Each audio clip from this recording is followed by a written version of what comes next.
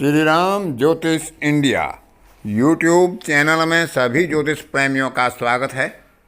आज की कक्षा का विषय प्रसंग है जन्म पत्रिका में चंद्रमा की राशि जो होती है उसके अनुसार अशुभ वर्षों का ज्ञान किस प्रकार से किया जाता है। किसी राशि विशेष के लिए कौन कौन से वर्ष विशेष अशुभ हो सकते हैं। सामान्य दशा और गोचर का प्रभाव भी देखा जाता है। यदि अशुभ गोचर और अशुभ दशा उस वर्ष में चल रही होगी तो वह वर्ष बहुत ही कष्टकारी या मृत्युदायक हो सकता है। यदि उस समय पर शुभ ग्रहों की दशा चल रही हो और ग्रह गोचर विशेष रूप से अशुभ ना चल रहा हो तो वह वर्ष सामान्य रूप से गुजर जाता है, बहुत अधिक कष्टकारी नहीं होता है। तो चंद्र राशि के ऊपर आधारित जो विशेष अशुभ वर्ष होते हैं उनके बारे में बताया जाएगा, लेकिन यह एक सिद्धांत है और केवल अकेले सिद्धांत पर फलित नहीं किया जाता है। अन्य विचारों को भी, दशा गोचर आदि का भी विचार किया जाता है, ग्रहों के बलाबल का भी विचार किया जाता है। तो विचार करते हैं प्राचीन ज्योतिषकारों के मतानुसार उन अशुभ वर्षों का जो 12 राशियों के लिए अलग अलग उन्होंने निर्धारित किए हैं। मेष राशि का जिन जातकों का चंद्रमा होता है उन्हें पहला महीना और पहला वर्ष अशुभ होता है। इसके अलावा 13वां वर्ष, 18वां वर्ष, 50वां और 64वां वर्ष क्रमशः अपमृत्यु, जलाघात, लोहोघात और अंग रोग की संभावना से कष्टकारी हो सकते हैं। इनमें वर्षों के अनुसार कारण बदल सकते हैं।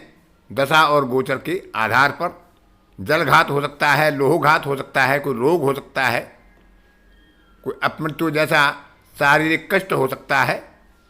इसी प्रकार वृष राशि में जिनका जन्म होता है उनके लिए तीसरा, छठवां, 8वां, 33वां, 64वां, 52वां और 63वां वर्ष विशेष रूप से अनिष्टकारी हो सकते हैं। तीसरे वर्ष में अग्नि भय, छठे वर्ष में लोह भय, 8वें वर्ष में पशु से भय, 33वें वर्ष में सर्प या विष से भय, 46वें वर्ष में कोई विशेष कष्ट, 52वें वर्ष में देवदोष और 63वें वर्ष में किसी के द्वारा घात प्रतिघात की संभावना बताई गई है। मिथुन राशि के जातकों के लिए छठवां महीना और पहला वर्ष और छठवां मास भी और छठवां वर्ष भी विशेष अंग रोग की संभावना दिखाता है। 10वें वर्ष में नेत्र पीड़ा, 11वें और 18वें वर्ष में किसी के द्वारा घात का भय और वर्ष 24, 53 और 63 में किसी भी कारण से अल्प मृत्यु का भय बना रहता है। यदि ये वर्ष सुगमता से जातकों के निकल जाते हैं तो वह अपनी पूर्ण आयु को प्राप्त करता है। कर्क राशि में जिनका जन्म होता है जन्म से लेकर 11वें दिन तक उसे कष्ट की संभावना रहती है। 9वां महीना कष्टदायक होता है और पहला वर्ष, 7वां वर्ष, 9वां वर्ष, 12वां, 16वां, 20वां वर्ष, 27वां, 35वां, 45वां, 55वां और 61वां वर्ष रोग, जल भय आदि के द्वारा जो क्रम से लिए गए हैं, यानी पहला वर्ष रोग के द्वारा, 7वां वर्ष जल भय के द्वारा, 9वां वर्ष रोग के द्वारा, 12वां वर्ष जल भय के द्वारा, 16वां वर्ष में रोग भय, 20वें वर्ष में लौह भय, 27वें वर्ष में अल्प मृत्यु, 35वें वर्ष में भी अल्प मृत्यु, 45वें वर्ष में देवदोष और 55वें और 61वें वर्ष में अल्प मृत्यु जैसी अशुभ संकेत प्राचीन ज्योतिषकारों के द्वारा बताई गई हैं। इन समय को यदि जातक सावधानी के साथ अपने उपायों के साथ पार कर जाता है तो पर वह अपनी पूर्ण आयु का भोग करने में समर्थ होता है। ऐसा हमारी प्राचीन ज्योतिषकारों का मत है। सिंह राशि में जन्म लेने वाले जातकों के लिए 8वां महीना और पहला वर्ष कष्ट प्रदान करता है। 10वें और 15वें वर्ष में किसी अंग रोग की, विशेष रोग की संभावना रहती है। 25वें और 45वें वर्ष में देवदोष के कारण कोई कष्ट हो सकता है, सन्निपात हो सकता है। 51वें और 61वें वर्ष में किसी शत्रु के द्वारा घात प्रतिघात की संभावना रहती है। जिनका जन्म कन्या राशि में होता है उनके लिए 10वां मास, पहला और तीसरा वर्ष किसी रोग के कारण कष्ट दे सकते हैं। 13वें वर्ष में नेत्र पीड़ा और जल भय की संभावना रहती है। 26वें वर्ष में किसी रोग विशेष की या देवदोष की संभावना होती है। तो 33वें वर्ष में लोहोघात यानी चोट चपेट की संभावना बनती है। 43वें वर्ष में किसी अंग रोग या रोग विशेष के कारण कष्टकारी समय हो सकता है। तुला राशि में जिनका जन्म होता है उनके लिए जन्म से 4 महीने तक कष्ट की संभावना बताई गई है। 16वां महीना किसी रोग के कारण कष्ट दे सकता है। 16वां वर्ष भी किसी रोग के कारण कष्ट दे सकता है। चौथा वर्ष कष्टप्रद हो सकता है। 16वें वर्ष में जलाघात की संभावना। 21वें और 24वें वर्ष में किसी अंग रोग से कष्ट हो सकता है। 41वें वर्ष में अंग वृद्धि बताई गई है, अर्थात शरीर में किसी अंग में सूजन हो सकती है, किसी अंग की वृद्धि हो सकती है, स्थूलता आ सकती है, शरीर की वृद्धि हो सकती है। 51वें वर्ष में देवदोष और 61वें वर्ष में अल्प मृत्यु का भय संभव होता है। इन कालखंडों को यदि व्यक्ति पार कर लेता है तो वह अपनी पूर्ण आयु का भोग कर पाता है, जो उसके ग्रहों और नक्षत्रों के आधार पर निर्धारित होती है। वृश्चिक राशि में जिसका जन्म होता है उनके लिए शुरू के 2 माह कष्टकारी हो सकते हैं। 7वें वर्ष में कोई रोग हो सकता है। 8वें वर्ष में जल या अग्नि आदि से भय की संभावना होती है। 13वें वर्ष में वृक्ष से या ऊपर किसी ऊंचे स्थान से गिरने का डर रहता है। 32वें और 35वें वर्ष में लौह भय और रोग के कारण कष्ट की संभावना बताई गई है। 45वां वर्ष भी रोग के कारण कष्टप्रद हो सकता है। और 63वें वर्ष में अल्प मृत्यु का भय जल, अग्नि या घात आदि के द्वारा या किसी रोग विशेष के द्वारा जातक को बताया गया है। जिनका जन्म धनु राशि में होता है उनके लिए 5वां महीना और तीसरा वर्ष विशेष कष्टदायक बताई गई है।